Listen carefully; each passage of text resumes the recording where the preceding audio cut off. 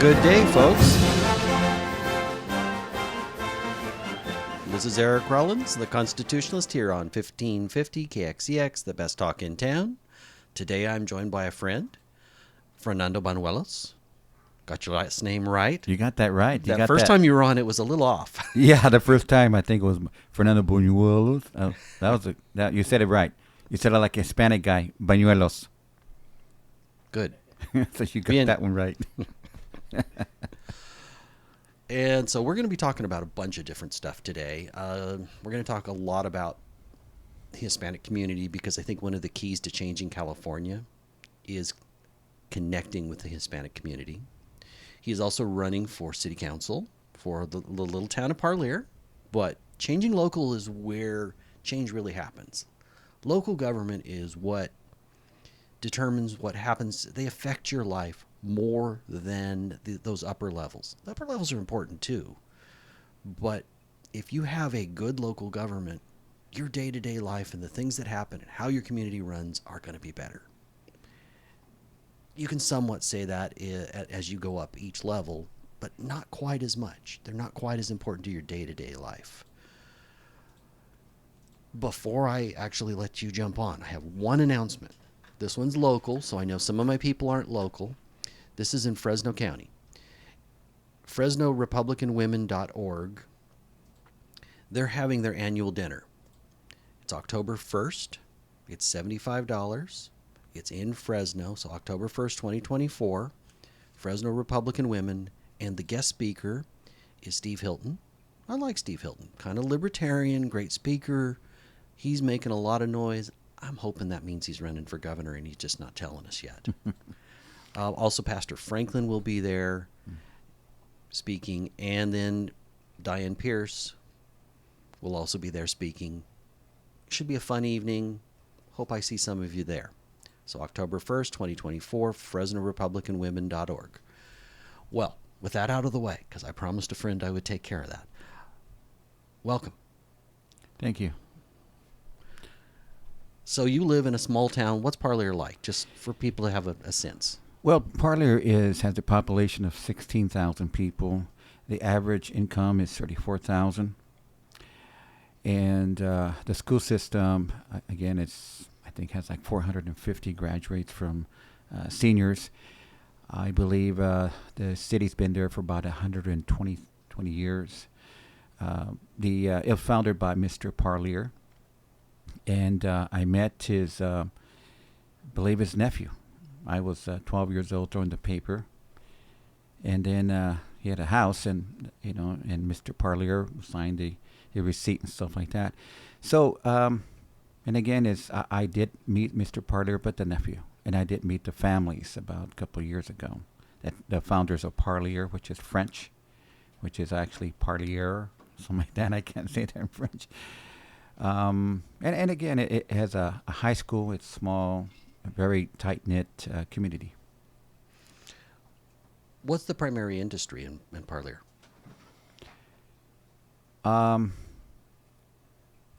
It's packing houses. So it's an aspect of agriculture. Yes. And so it's right in the Central Valley, right in the heart of all of those water issues. But packing houses seem to be one of the main ways that people are employed.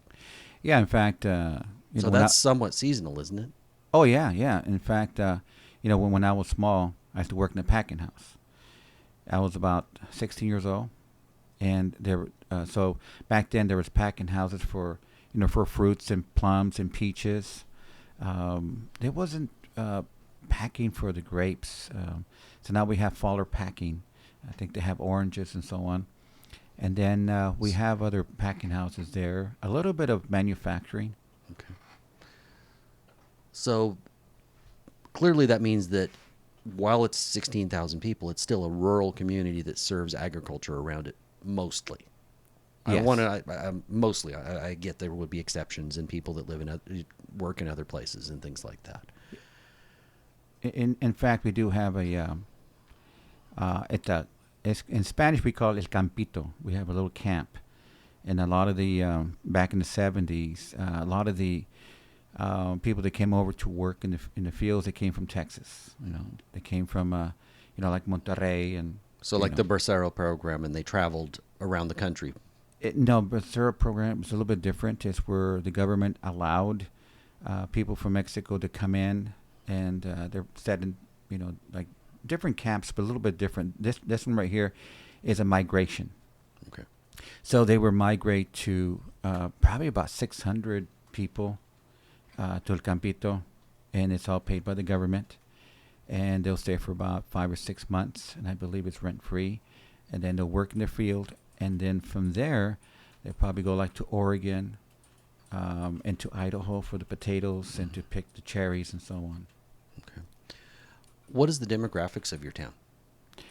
The demographics would be about 99.9 Hispanic people. We do have this one African American family, and they came over because the housing in Parler was affordable. So I do remember he came from Clovis because he was a friend of mine, his neighbor. But he said, guess what? I think Parler is affordable housing. So he came over, him and his family. I believe they're homeschooled, the kids. Really nice people. Really, really fantastic people. So yeah, 99.9, and Spanish speaking would be probably 85%. Okay. So that's a great example of a whole lot of California. There's a lot of areas of California. It may not be 99%, but Fresno County, I believe, is like almost 70% Hispanic. Now, Hispanic is painting with a broad brush because the Cubans are very different from the Venezuelans that are very different from the Mexicans, though I get that now many of them they would be American Cubans or American Venezuelans, or if they're here legally, etc. What are the values of those types of people? That's a really good point. I was at a function where this pastor, he's Caucasian, and he really opened my eyes that I've never heard before. He said, do you know who's going to be saving America, and especially California? He said, is the Hispanic population. Even though they migrate over to the United States, they still bring their conservative values. Family, God, religion. He said they still believe in that, which is true. I have this friend of mine, and I told her, we still have those conservative values. And I wanted to show people that when we go to, let's say, the park, and we have a fiesta, and just singing, which is really unique because when you have the parents there, you have We might have the grandparents. You have multi-generational. Yeah. It's not like one family went. It's like the whole family You're right. went. You're right. Couple of families, Hispanic families from around here, and they're mostly of Mexican origin around here. Mm-hmm. They fill up the whole park. You're like, wow, how'd this many people get here? Yeah, in fact, it's kind of cool. It's almost like a family reunion, So what happens is that you have the mother, especially the mother, or la abuelita, and you got the children or the grandchildren, and they'll ask the mother or the abuelita out to dance. Can you imagine still having the kids dancing with the mother or the father? And that's what I really enjoy, and I wanted people to see that, say, wow, And well, that connects family in a different way. Yeah. That's kind of cool. Mm-hmm. It is. And so, you got the mother and I know this one, another, they dance together like they're a couple. And then the father comes over and starts dancing with with the girls that are 13 years old. Then I'm like, oh my God, you embarrass me. They take pride being with their father and the mother. I said, that's almost in every event that I see. And I say, wow, that's really neat. So that's what we're still with the conservative values, still with religion and so on. And again, we're getting a little bit tired of what's going on, here in California. So what percentage would you say go to church? Um, Because church people are significantly more likely, I said more likely, it's not as simple as that, to be conservative. I actually I did a little research on that one time. That was really surprising. And when I went knocking on doors, when I was running for state assembly, knocking on doors from Orange Grove all the way to Kalinga, I do remember, I think it was like 94% still believe in God, 64% or maybe 56% still go to church. And I do believe, as far as Catholicism is still very strong, here in the valley. Yeah, I'm going to say, I remember, I think it was 64% still attend church. Mm-hmm. Even if they don't attend church, they tend to have those same values of they're connected to the family. In fact, this was what's kind of funny is that, you still have like little gangbangers and stuff, and when they pass the church, even though they're going to go shoot somebody, they still say the sign of the cross. As they're passing by, say it's on the cross, and then they genuflect a little bit as they pass the church, and then from there they go shoot somebody. But but still is that, as far as on having the church values and so on, we're still very, very strong. Still, a lot of the kids still have their crosses and so on. Well, biblical values, I think they relate to issues. I think abortion is a pretty obvious one. All the idea that you're going to trans kids. Now, again, if somebody is an adult, I'll think, ew. But, as an adult, if they want to do that, it's a free country. They'll have to face their maker, assuming I'm right and there actually is a God. Yeah. I think, and the fact that we are doing social promotion, schooling, if you care about family, you care about your kid's future. Mm-hmm. And schooling is terrible in California. We are like 47th, 48th, or 49th, and in a few surveys, even 50th. We spend more money on education. We're the richest state by far, and yet we're failing. As you go out and you talk to people, because you knock doors now, you've run for a few different things, and you're now running for city council, and you talk to them about values. What are they saying the number? What are the top 3 things they're focusing on? In fact, the top would be, one of them would be the economy. Okay. The economy, before was, the top one was family. The top one was God. Primero Dios, God first. Family. It was work, and then education was the bottom. It was more like, okay, well, my daughter's going to grow up and she's going to get married and she's going to clean the house and make the food and have kids. That's about it. But now it's still, God is still the foundation. Okay, I don't want to put it like 1, 2, 3. No, because God is still the foundation of our culture. Would be inflation, economy, gas, children, clothing. Because with the Hispanic community, they're saying, wait a minute.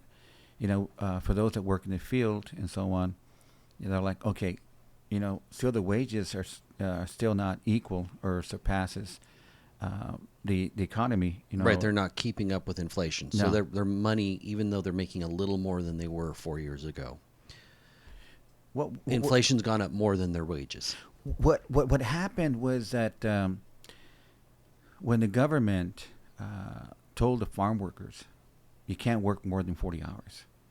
That really put a damp on that, because they used to work 60 hours, 70 hours a week. Even they didn't care about getting paid overtime, like 1.5%, 1.5. For them is, all I want to do is work overtime to provide for my kids, so I can save for the clothing. Number 2 is affordable housing. Right now in Parlier, like when I knock on doors, hey, Juanito's not there. Where's that voice coming from? Well, it's coming from the garage, from a window. And I go knock over there, and, hey, so who are you? He goes, I'm a tenant. So they're making garages into little homes. And I talked to some people, they're from the city, and they're saying that's acceptable because there's no housing, in Parlier. So now they passed an ordinance that you can make a small house in the back of your yard. Well, okay, they did that statewide. Okay. So Parlier might have done something in addition, but statewide, they've set that up. But the problem with that idea is that it doesn't allow for where do you get the extra parking? What about the extra garbage pickup? What about sewage and water? Mm-hmm. Okay. Now, I'm not saying we don't need more housing, and I appreciate when people find ways to be innovative so they can make a living. I appreciate that. Yeah. But at the same time, if we want to have clean, nice neighborhoods, Mm-hmm. We've designed it a certain way, and now all of a sudden they've changed the rules in the middle of the game that said, oh, well, you can put, if you have a large lot, you might be able to put 2 of the little mother-in-law houses in the backyard. But the sewage system is not set up to deal with that. Well, in some cities, they expand the sewage and so for like 20,000 people. They kind of plan ahead that we have an influx.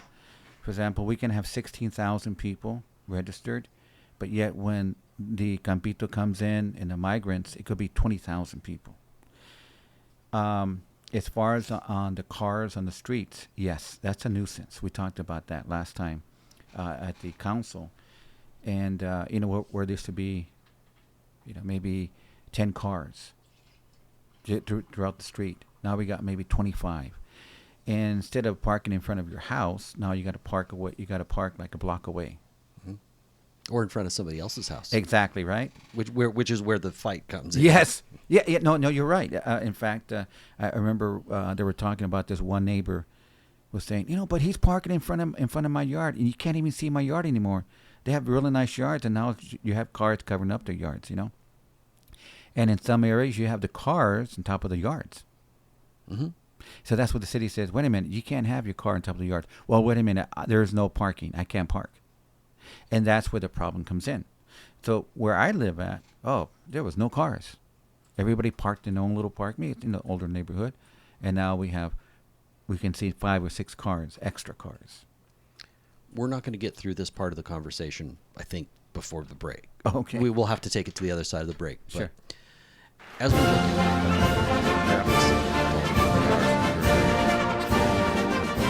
values are, how do you convince them that they're not voting with their values? Wow.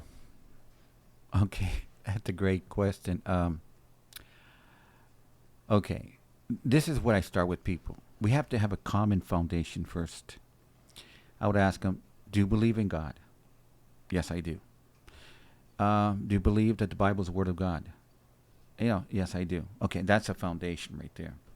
Okay, so basically, rather than just go in and tell them something, you start a conversation and you connect to them. Yes, because we have to have a common foundation.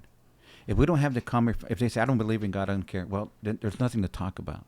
I mean, there isn't. So when we have a common foundation, then I'll say, okay, so you're a Democrat. Why are you a Democrat? Well, because my parents told me I grew up to be a Democrat. Okay, so how did your parents become Democrats?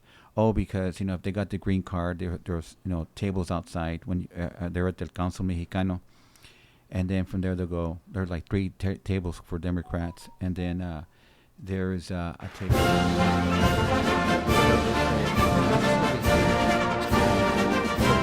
We're going to go ahead. We'll come back to that point. This is Eric Rollins, the Constitutionalist here on 1550 KXEX, the best talk in town. I want to say thank you to everybody that's watching on social media. You can find us on a little bit on X, mostly through my personal page. You can find us on Facebook. You can find us on True Social. We're just trying to jump into the Instagram market. Occasionally you can find us on Spotify or Apple Podcasts. So there's lots of ways. And then the big one is Rumble. So thank you. Please like, subscribe, hit the bell notifications, comment. I always try to answer comments. Anyway, let's go ahead and come back. This is Eric Rollins, the Constitutionalist here on 1550 KXEX, the best talk in town. Today I am joined by a friend, somebody that is a prominent member in his community. He happens to be Hispanic. and he is running for city council in Parlier. Welcome, Fernando Banuelos. Thank you. So we were talking about how you make people realize that they need to vote their conservative values. I would say most of the time in today's world that means Republican. The Republicans are flawed. Mm-hmm. When you have two parties, you're not going to agree on everything. You have to go, okay, here's the things that are the most important to me. Does this party align with the things that are most important? Mm-hmm. And when I looked at what happened at the DNC, so Democratic National Convention, I didn't hear very much talk of God or him being the foundation, and I heard it pretty continually in a thankfulness to God from the Republican National Convention. I mean, I agree with you because I told some of my friends, I said, because I went to the here in Cornerstone Church a couple of days ago. So they announced, two candidates, and they said, guess what? Can you guys come in because we're going to pray for you. So, the pastors gathered around and prayed for them. Now, I told a friend of mine who's a strong Democrat, I said, do you say that in the Democrats? He goes, no. It's because they're saying, we don't want to offend anybody. So guess what? We're not going to pray. Well, guess what? If you're going to offend somebody, you're offending God. Actually, you're ashamed. God says, if you're ashamed of me before I'll be ashamed before my Father.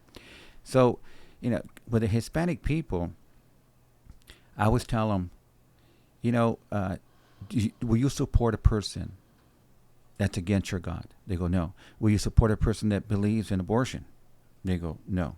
Will you support a person who doesn't have the family values? They go, no.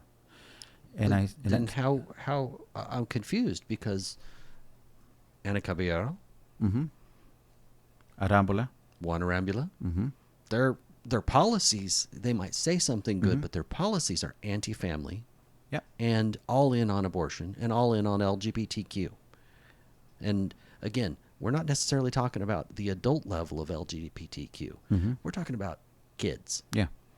Both of them also stood against the bill that would have made it a felony to traffic kids. Both of them stood against that. So far, there's only been one Democrat, I can't remember the woman's name, that said, you guys are nuts. We're on the wrong side of this issue, and we need to actually, and this is pending legislation that hasn't made it all the way through. Yeah. But the idea that at the California Assembly level, it should be a felony if you traffic kids. I don't care whether you're selling them into work or sex trafficking. It's wrong, and it's particularly wrong if they're minors. But the Democrats are standing against that bill. And it's a real simple bill. It's not like the devil's in the details and there's like a whole bunch of other stuff. They always hide stuff in bills. This is a really simple bill. What happens, and again, I'll come back to the Hispanic community, is they'll say, I'm against that. I'm not for abortion. I'm pro-life. I'm pro-family values. Well, then why are you a Democrat? They go, no, I'm a conservative Democrat.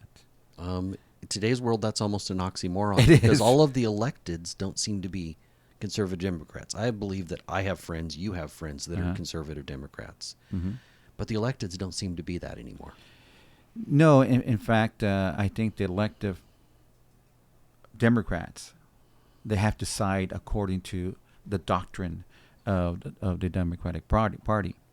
So I truly believe that the Hispanic community, they don't know they're Republicans. They don't know that they're Republicans, and they believe Republican values, which is God's values, but yet they're in the wrong party. So they've never been explained. When I knock on doors and I explain to them, and they're like, something, I didn't know that. All I was told was, Fernando, the other people on the other side, Republicans, they want to take away our programs. They're all the rich people that own everything. And the Democrats are more the poor people that want to give you the programs. Well, they want to give you assistance, they want to give you housing and affordable housing. They want to give you, all the Section 8 and stuff like that. And you guys want to take away that. And I'm like, no, it's not true.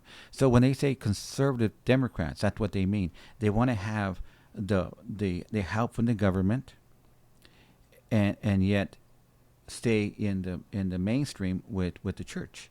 So that's the reason that they say conservative, which is, like you said, oxymoron. It's like saying jumbo and shrimp and pretty ugly, right? Mm-hmm. And I tell them that. How can you even think that way?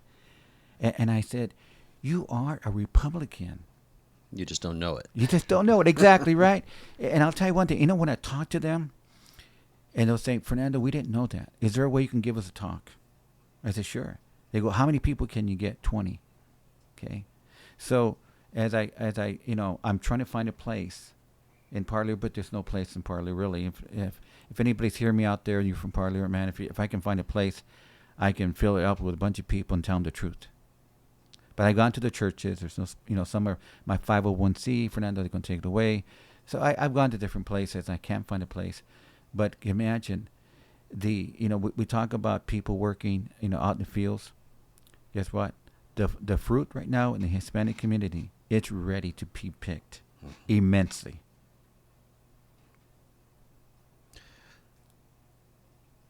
Are there many people going out and trying to connect with that community? Because the first part of it is building a bridge. And I think that there's not enough of that happens.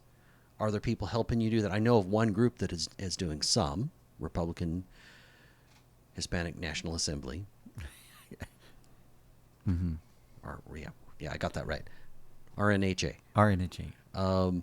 Are there other groups? I know there's also some candidates and some individuals that are trying to build some bridges, that they're learning Spanish if they didn't know Spanish. Mm-hmm. They're not necessarily Spanish, or, for instance, like Joanna Rose Garcia. Mm-hmm. She doesn't look Spanish at all, but she absolutely is just of a mixed race. Okay. She looks like a blonde white girl, but yeah, she does, right? But her middle name is Garcia. Okay, yeah. Well, I don't know if she got married with a Hispanic person. No, it's by blood. Okay. Yeah. On your question is, you're 100% right. We don't have enough Hispanics involved with the Republican Party. We don't have enough Hispanics, who, want to get involved in speaking out there. It's our fault, and I'm going to admit No, that. it's everybody's fault, because I think it's bigger than that. Yes, they should have demanded a voice at the table, because this is the party that matches their values. But at the same time, a lot of the Republican Central Committees, I think it's changing, but in the past, it was a country club. It was a good old boys club. It absolutely represented rich white people. I don't think it does as much. Trump has changed the landscape and made the Republican Party, instead of being a country club, even though he happens to be a rich man, isn't it crazy that a billionaire can identify and connect with everyday people? Okay. I have that experience. I went to for about 40 years. My sister used to cut my hair, and so she retired recently, about a month ago. So I went to go cut my hair with some kids out there in Parlier, and so I was talking to them. They're about 19, 20 years old, and they said, "Hey man, who are you gonna vote for, eh?" I said, "Oh, okay." I said, "First, finish my hair, cut my hair first, before I get into that, because they might just, cut it up and make it look terrible. I don't have that much hair right now." But so I was talking to them. I said, "You guys serious?" Because there's 3 of them, right? And I had to turn to each one of them to make sure that I'm making fun of me, because they have little signs, I thought they're making fun of me. And so when they finished and stuff, and we talked about it, and I said, "Well, something, I am Republican. Let me tell you why. And I'm voting for Trump," and I told them why. And I asked them, "Are you guys gonna vote for Trump, or you're voting?" One guy said, "Well, I don't vote, but I do want to vote." I go, "Why is that?" He said because Donald Trump, remember these guys are, 18, 19 years old, 20 years old, and now they're entrepreneurs. Which changes your perspective. Yes, it does, right? Exactly what you're saying. And so I told him, I said, so who are you guys going to vote for? He said, we're going to vote for Trump. And I was like, okay, maybe they're trying to kind of egg me in. I was like, really? He goes, yeah, we're going to go to the rally and get our cars and go, drive around over there. And I said, okay. I still didn't trust him. And then I said, why? He said, he's one of us. I go, how is he one of you? He's a white guy. He's a billionaire. Has all this money. He said, because he's been convicted for something that he didn't do. He went to a court like we have. And he said, and we were guilty before we took a stand. He said, he's like us, and therefore is, yes, we will vote for a felon, as they call him. But he said, the guy was really sharp. He said, because we know what it is to be convicted guilty when you're innocent and they make it up. What happened at that time was that you have this billionaire who could never open that door with a lot of, Hispanics that have been, or even blacks or minorities. They've been accused for a crime that maybe they never convicted, were never convicted, found guilty. He opened that door, and he was given the key for these kids were saying, we know how that feels. I've always found that the barbershop, though, I have less risk. For those of you on radio, I don't have a lot of hair. So there's not a lot of risk. You got a nice mustache. When I go to the barbershop of them giving me a bad haircut. Nonetheless, it's a great place to just have a conversation. Mm-hmm. And we need to be bold enough Mm-hmm. to go have conversations. One of my favorite things that's happened this political year is when I watched Vivek Ramaswamy go into Chicago and a few other places, but the Chicago interview is the one I remember, where he went into the barbershop to get a haircut and he talked politics. Mm-hmm. And I felt like he opened doors that hadn't happened. Exactly. Mm-hmm. That we don't make the effort to go open those doors. Mm-hmm. And what I'm telling all of my Republican brethren is we need to go out and we need to open those doors. We need to have conversations. And your story about the barbershop, you're just the Vivek of Parlier. Or I guess it's Vivek for it to say it right. Yeah. Like cake. Vivek like cake. Yeah, in fact, the barbershops basically are the voice of the city. They'll tell you what, like the guy said, yeah, I know who shot that guy over there in the corner. So they know the scoop. Oh boy, they're like I'll tell him something. He goes, you know that guy? He goes, oh yeah, I know him. Yeah, the one that got shot a couple days ago, right? And the cops didn't find him. Didn't find who shot him. So yeah, he goes, oh yeah, I know the guys over there. At this town, at the town over there. Yeah, I know them. That shot him. It's like they know more than the cops. But that's where the barbershop's at. You want to get good information? Go to the barbershop. You want to know how the kids are thinking? Go to the barbershop. They're 19, 20 years old. Okay, let me show you here. They cut my hair real short, like a kid. My first time, But I like it. And then so I go over there again and I tell him, hey, what's the scoop, man? And he goes, hey, well, I heard that there's something happening over here. So what do the kids think about Trump? Mm-hmm. They go, yeah, a lot of the kids like him. They go, because, he's like a little gangster. That's what they call him, little gangster Trump. And so they enjoy that. They probably loved that moment where here he gets shot in the ear and then he puts his fist up in the air. That was epic. Yeah. That's going to be for history. Just like John F. Kennedy that said, his speech and so on. Mm-hmm. And that's going to be epic. The kids loved it. I mean, again, how can I tell you? Because I go there and I get my hair cut. And then I told, what do you guys think about when he got shot? Oh, man, that was, heck. He goes, he kind of reminded when I got shot. And I go, you guys got shot? He goes, oh, yeah, we got shot. Him and the other guy got shot together, yeah? And so he became, what people didn't quite understand is that Trump, going to court, became part of those barrios, can't be part of the black, the sections and of the neighborhoods. He opened up the key, and then when he got shot, can you imagine some of the kids are saying, "I got shot for nothing. I got shot because I'm innocent, only because I was there. I remember I was in the wrong place." Yes, in fact, that's what they said. And I know one kid, and he was walking with 3 other kids. He was not in a gang, but because the gangs had to shoot somebody, to get in the gang, so they shot about 50 times. They shot the kid twice. He's not in a gang. He survived, and so for them, they're saying, something, we can relate to Trump getting shot, not getting killed, but yet he was innocent man by someone who just wanted to get rid of him because they believe that he is the only person that can get us out of this country. I mean, out of the out demise, of this mess, yeah. out of this mess. And so they were saying, we respect him even more. Before he was this white man with orange hair, lots of money, but he was not. He doesn't understand us. Now they're saying he's a part of us now. Well, even before he got shot, during the first part of the lawfare when he was stuck in court in New York, he went to the Bronx and had a rally. Mm-hmm. Well, we got to go back decades to find the last time a Republican went to the Bronx and campaigned. Yeah. It's like he put out his hand and said, "Look, I'm one of you, you're one of me. We have some values in common." Mm-hmm. I truly hope he continues to do things like that.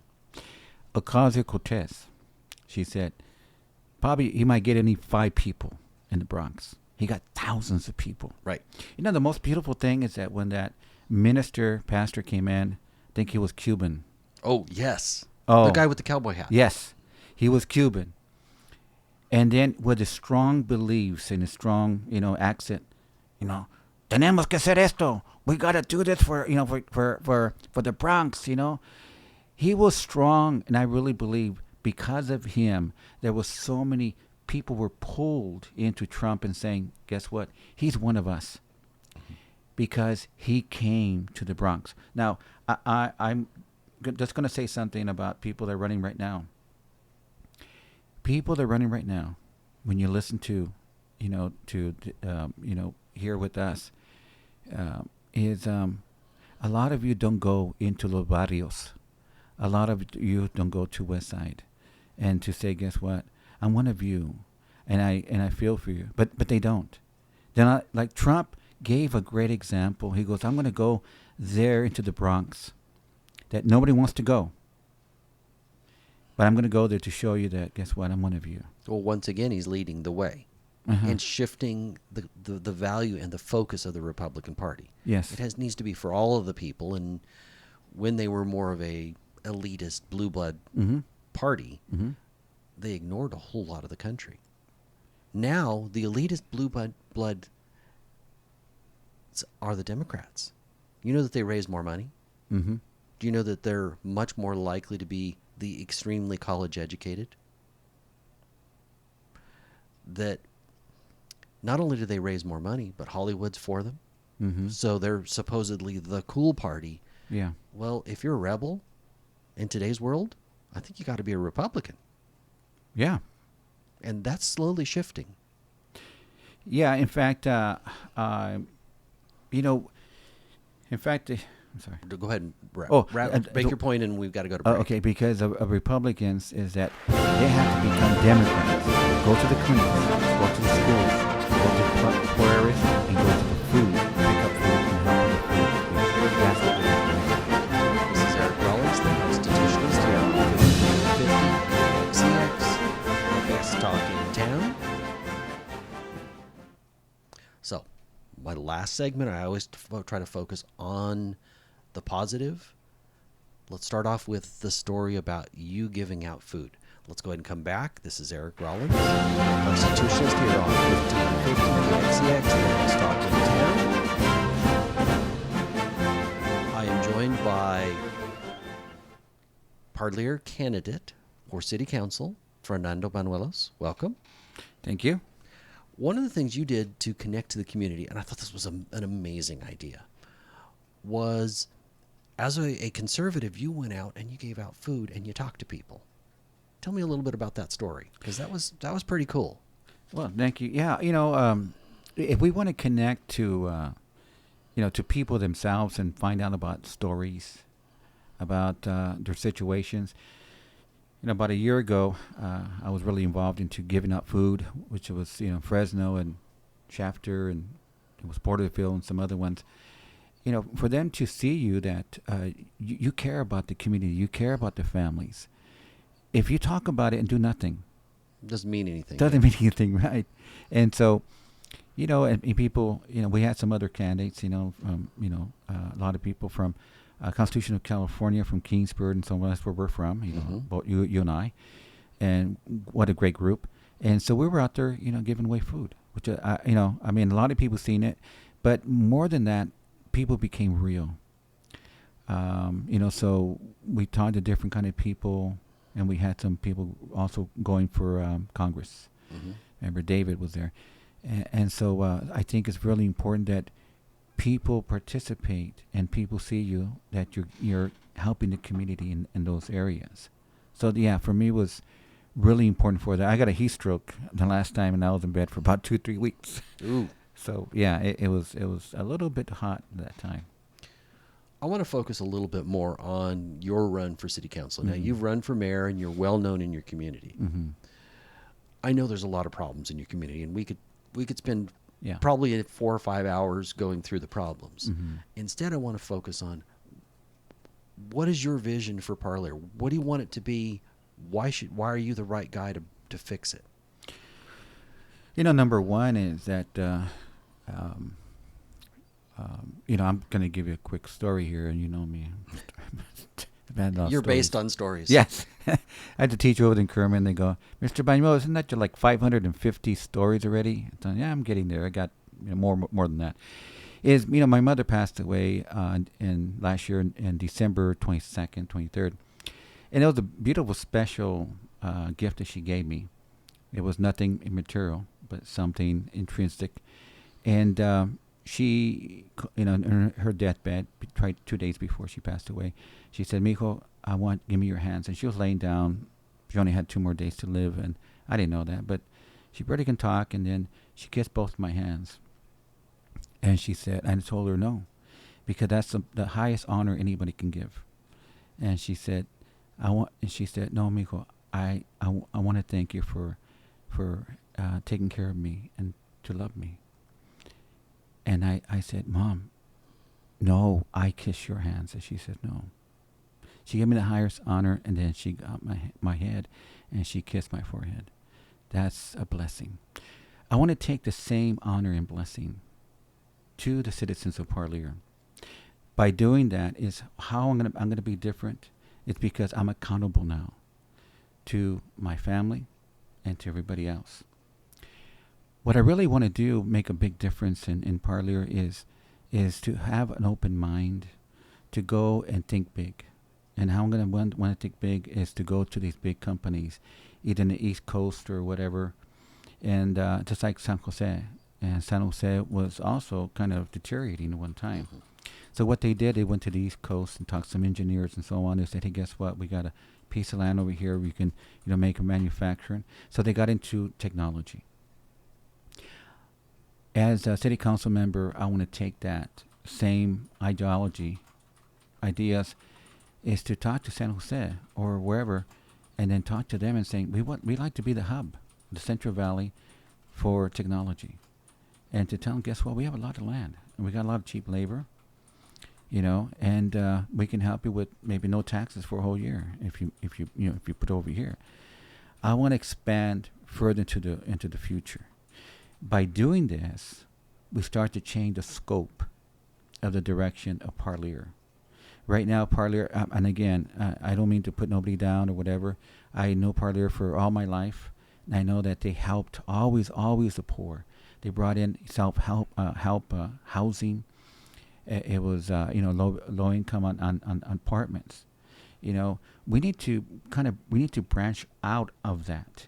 We need to help to bring in better jobs, high paying positions. That's what I want to do. I want to also bring technology as far as a drone to work with NASA, and the drone. I believe Israel was one of the main ones that made a really nice drone that you can see, through the walls and so on, and then you can have a drone if someone calls in and says, "Guess what? I see about six kids together," and so you can send a drone over there and you can see if one of the kids have a gun. Can you imagine stopping someone from being shot?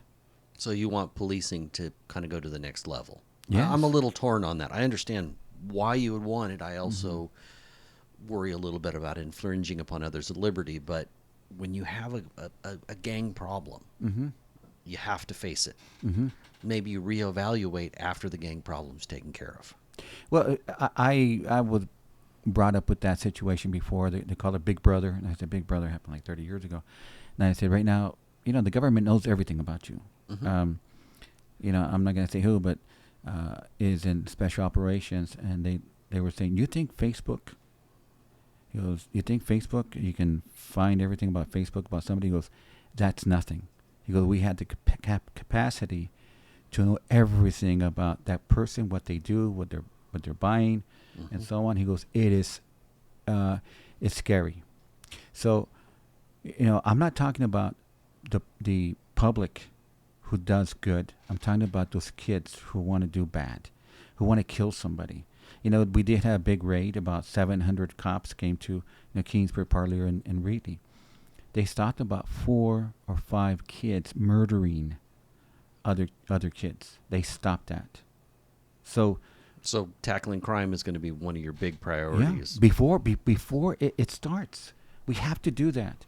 Well, I don't think you can have a prosperous community unless you have a safe community. Exactly. If we don't have a safe community, then we don't have, the city will not prosper. There won't be any growth. And so therefore, people with a certain income will not come into the city because of the high crime. I'm not saying Parlier has it. No, the police officers are doing a fantastic job in Parlier, and they brought crime down. But I want to bring crime down even before it starts, to tell those kids, guess what? You cannot be carrying a gun around town to go shoot somebody. And again, the private sector, like 95%, 98%, are great. You got the 2-3% that are not. And that's where I want to stop that. I have some kids that I know that they got shot. They could have been stopped. If someone was to call in and says, hey, there's some kids right there, and they would have found that gun, stop it right there before there's a murder. We're down to a little over a minute. Final thoughts. Final thoughts is, I really hope that, that we all praise the nation, give our hearts to God, and go back to conservative values, because that's what's going to save our nation, regardless of if you're Democrat or Republican, is pray with your families and pray to God. Well, prayer is part of it, but there's also free will, and it moves us to action. So I hope that it extends beyond just prayer, that it goes out to good work, so that we affect our community, that we talk to our community. Yes, and we do the action. Yeah. Well, it's been an interesting discussion. I truly hope you're elected. When is the election? Is this the November? November 3rd or 4th, something like that, yeah. Yeah, okay. I'll be there. First Tuesday. Well,